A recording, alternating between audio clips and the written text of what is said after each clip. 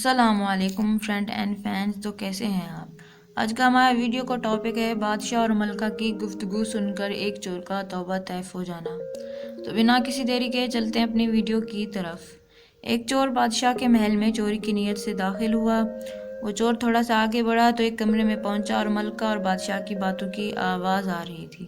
اس نے کمرے کے ساتھ کان لگا کر غور سے سنا تو بادشاہ ملکہ سے کہہ رہا تھا کہ ہم اپنی بیٹی کی شادی ایک پرہیزگار شخص سے ہی کریں گے، کیونکہ بادشاہ اپنے بیٹوں کے لیے شہزادی کا رشتہ مانگ رہے ہیں، مگر مجھے ان شہزادوں میں سے کوئی شہزادہ بھی پسند نہیں آیا کیونکہ ان کا کردار اچھا نہیں ہے۔ چور نے جب بادشاہ اور ملکہ کی یہ گفتگو سنی تو دل میں سوچا کہ ہیرے اور جواہرات چرا کر مجھے کیا ملے گا بھلا؟ اگر مجھے شہزادی مل گئی تو سمجھو سب کچھ ہی مل گیا، میں نے سب کچھ لوٹ لیا۔ پھر سب سے پہلے وہ چور ایک دکان پر گیا اور ایک ٹوپی اور عمامہ خریدا۔ پھر وہ مسجد کی طرف روانہ ہوا۔ امام مسجد نے جب اسے دیکھا تو بہت متاثر ہوا اس نے امام مسجد کو سلام کیا اور عبادت میں مصروف ہو گیا۔ کچھ دن بعد چور کے بہت چرچے ہونے لگے کہ وہ دن رات میں عبادت میں مصروف رہتا ہے۔ بادشاہ نے امام مسجد کو دربار میں بلایا اور پوچھا کہ اس علاقے میں سب سے زیادہ نیک اور متقی شخص کون سا ہے؟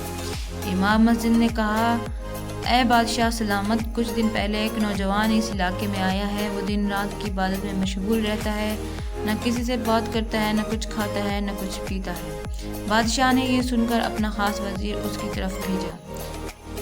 چور نے چونکہ زندگی میں پہلی بار نماز پڑھی تھی اور اسے ٹھیک سے نماز پڑھنا بھی نہیں آتی تھی، مگر اسے عجیب سا سکون محسوس ہوا۔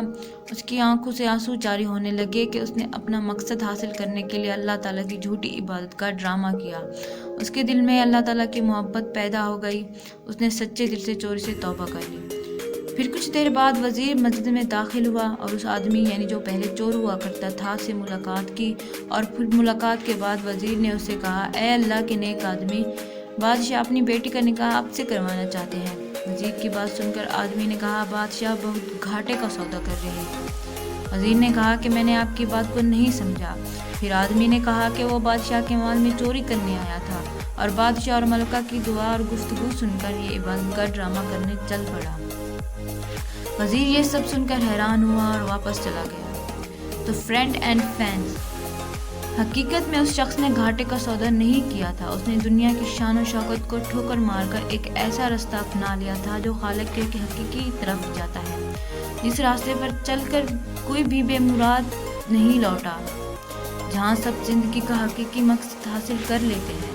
اللہ سے دعا ہے کہ وہ ہمیں خلوص نیت سے عبادت کرنے کی توفیق عطا فرمائے۔ جانے سے پہلے آپ لوگوں سے ایک گزارش ہے کہ ہمارے چینل پر آپ نیو آئے ہیں تو ہمارے چینل کو سبسکرائب کر کے بیل کے آئیکن کو ضرور دبا دیں تاکہ ہماری آنے والی نئی ویڈیوز کا نوٹیفیکیشن آپ تک بر وقت پہنچتا رہے۔